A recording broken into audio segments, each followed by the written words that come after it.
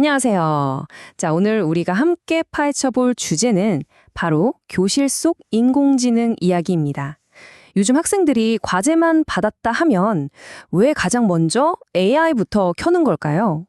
그 뒤에 숨겨진 심리는 대체 뭘지, 그리고 우리 교육자들은 이걸 어떻게 지도해야 할지 오늘 한번 제대로 알아보겠습니다. 네, 정말 익숙한 풍경이죠. 아마 지금 이 얘기를 들으시는 선생님들 고개 끄덕이고 계실 거예요. 아니, 왜 학생들은 먼저 고민해보기 전에 도구부터 찾는 걸까요?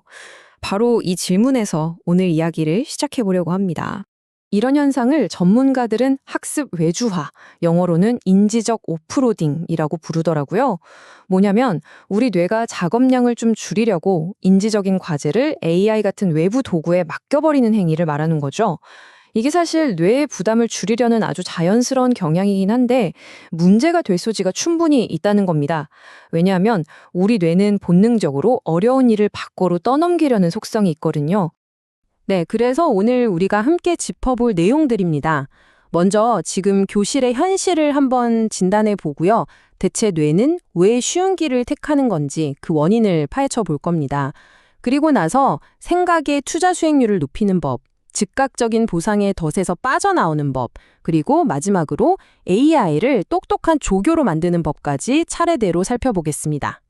자, 그럼 첫 번째 파트, 새로운 교실의 현실부터 시작해보죠. 여기서 우리가 주목해야 할 핵심 키워드는 바로 인지적 부채입니다. 말 그대로 인지적인 빚이라는 건데요. 학생들이 생각 없이 AI를 쓰면 당장은 편하겠죠? 하지만 그게 장기적으로는 학습의 거대한 빚으로 쌓이게 된다는 겁니다. 네, 바로 이 내용이 그 핵심을 정확히 짚어주고 있습니다. 특히 이제 막 배우기 시작해서 기초가 아직 탄탄하지 않은 학생들 있잖아요. 이런 학생들한테는 이 문제가 훨씬 더 심각해요. 우리가 운동에서 근육을 키우듯이 생각하는 근육도 계속 써줘야 발달하는데요. 가장 중요한 이 시기에 자꾸 AI라는 기구에만 의존하게 되면 어떻게 되겠어요? 당연히 생각 근육은 자라지 못하고 결국 인지적 부채만 눈덩이처럼 불어나는 겁니다. 그럼 대체 우리 뇌는 왜 이렇게 쉬운 길로만 가려는 유혹에 자꾸 빠지는 걸까요? 이게 그냥 학생들이 게으르거나 의지가 약해서 그런 문제가 아니라는 겁니다. 여기에는 아주 명확하고 예측 가능한 인지과학적인 원리가 숨어 있어요. 지금부터 그 속을 한번 자세히 들여다보겠습니다. 학생들이 이렇게 학습을 외주화하게 만드는 데에는 크게 세 가지 핵심 동력이 있습니다. 첫째는 메타인지, 둘째는 자동화 편향, 그리고 셋째는 뇌가 늘 하고 있는 비용 편익 분석입니다. 자, 이 세 가지가 어떻게 맞물려서 우리 학생들을 AI의 유혹으로 이끄는지 하나씩 뜯어보죠. 우선 자동화 편향부터 볼게요. 이건 사실 학생들만의 얘기가 아닙니다. 저를 포함해서 우리 모두에게 있는 경향이에요. 예를 들어서 내비게이션이 이쪽으로 가세요 하면 별 의심 없이 그냥 따라가잖아요? 그거랑 똑같습니다. AI가 내놓은 답은 왠지 모르게 더 정확하고 믿을만 할 거라고 무의식적으로 생각해 버리는 거죠. 근데 이 편향이 두 가지 아주 치명적인 오류를 낳습니다. 첫 번째는 누락, 오류. 이건 AI가 말해주지 않은 정보는 그냥 없는 셈 치고 넘어가 버리는 거예요. 두 번째는 위임 오류. 이건 내 생각이나 다른 자료보다 무조건 AI가 한 말이 맞다고 믿고 따라가는 거죠. 이 두 가지 오류 모두 학생들의 비판적 사고를 완전히 마비시키는 주범이라고 할 수 있습니다. 자, 이 표를 보시면 뇌가 어떤 개선을 하고 있는지 한눈에 보입니다. 왼쪽, 스스로 생각하는 건 어때요? 에너지 소모 엄청나죠? 스트레스 받죠? 이게 맞나? 불확실하죠.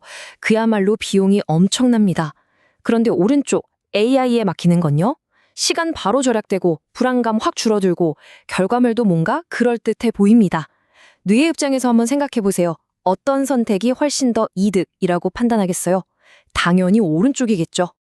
자, 그럼 문제점이 뭔지 알았으니까 이제 해결책을 찾아봐야겠죠? 핵심 전략은 바로 이겁니다. 생각의 투자 수익률, 즉 ROI를 높여주는 거예요. AI를 쓰는 것보다 내 머리로 직접 생각하는 게 훨씬 더 이득이다 라고 뇌가 느끼게 만들어주는 거죠. 그 첫 번째 전략이 바로 이겁니다. 이거 정말 강력한 방법인데요. 뻔하고 번지르르한 최종 결과물이 아니라 학생이 그 과정에서 얼마나 고민하고 고치고 발전시켰는지 그 생각의 흔적 자체를 평가하는 겁니다. 평가의 기준을 결과물에서 과정으로 확 옮겨버리는 거죠. 교실에서 선생님이 이렇게 딱 한마디만 해주셔도 게임의 룰이 바뀝니다. 여러분, 평가 대상은 AI가 만들어준 근사한 문장이 아니에요. 여러분이 왜 이 근거를 선택했는지 그 이유와 과정입니다. 바로 거기에 점수를 줄 거예요. 라고요. 이렇게 되면 학생들은 더 이상 정답을 복사해서 붙여넣는데 에너지를 쓰는 게 아니라 자기 선택과 판단의 이유를 설명하는 데 집중하게 되겠죠. 이 표에 생각의 이득, 즉 편익을 높이는 아주 구체적인 전략 몇 가지가 나와 있는데요. 하나씩 볼까요? 먼저 목표를 아주 잘게 쪼개주는 거예요. 자, 딱 10분 줄 테니 주장 하나랑 근거 2개만 써봐. 이렇게 하면 시작하는 부담이 확 줄고 작은 성공을 바로 맛볼 수 있죠. 두 번째, AI 없는 시작을 의무화하는 겁니다. 수업 시작하고 처음 5분은 무조건 자기 뇌만 쓰는 시간이야. AI는 절대 금지. 이렇게 하면 일단 자기 생각의 씨앗을 먼저 틔우게 만들 수 있어요. 마지막으로 생각 보너스를 주는 거죠. 여기에 너만의 독창적인 주장을 2개 더하면 보너스 점수를 줄게. 어때요? 노력에 대한 보상을 확실히 해서 스스로 생각하는 걸 더 매력적으로 만드는 겁니다. 이 모든 게 결국 뇌의 비용 편익 계산을 우리가 원하는 방향으로 바꾸는 아주 영리한 방법들입니다. 좋습니다. 다음으로 넘어가서 이번에는 도파민 얘기를 좀 해볼게요. AI가 주는 그 즉각적인 보상 있잖아요. 이게 우리 뇌에 아주 강력한 습관 회로, 이른바 도파민 루프라는 걸 만듭니다. 한번 빠지면 헤어나오기 힘든 이 고리를 우리는 어떻게 약하게 만들 수 있을까요? 이 그래프를 한번 보시죠. AI를 딱 켜는 그 순간 시간은 절약되고 불안감은 줄어들고 결과물은 꽤 세련돼 보이고 이 3가지 강력한 보상이 거의 즉시 쏟아집니다.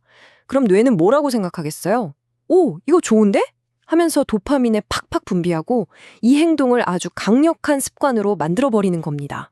이 강력한 습관의 고리를 끊기 위한 전략은 바로 의도적으로 약간의 불편함을 만드는 겁니다. 이름하여 AI 접근 허들 설치하기. 아무 생각 없이 무의식적으로 AI를 켜는 그 행동에 살짝 브레이크를 걸어주는 거죠. 여기 아주 효과적인 전략들이 몇 가지 더 있습니다. 첫 번째, AI 접근 허들의 구체적인 예시인데요. AI를 쓰기 전에 QR코드를 찍게 하거나 나는 우호를 위해 AI를 사용합니다라고 딱 한 줄이라도 쓰게 하는 거예요. 이 작은 행동 하나가 무의식적인 클릭에 제동을 겁니다. 두 번째는 AI 쿠폰제를 도입하는 겁니다. 과제 하나당 AI 사용 횟수를 한두 번으로 딱 제한하는 거죠. 그럼 학생들은 이 소중한 쿠폰을 언제, 어떻게 쓸지 전략적으로 고민하게 됩니다. 그리고 이거 정말 중요한데요. 선생님이 일부러 AI가 틀리는 걸 보여주는 거예요.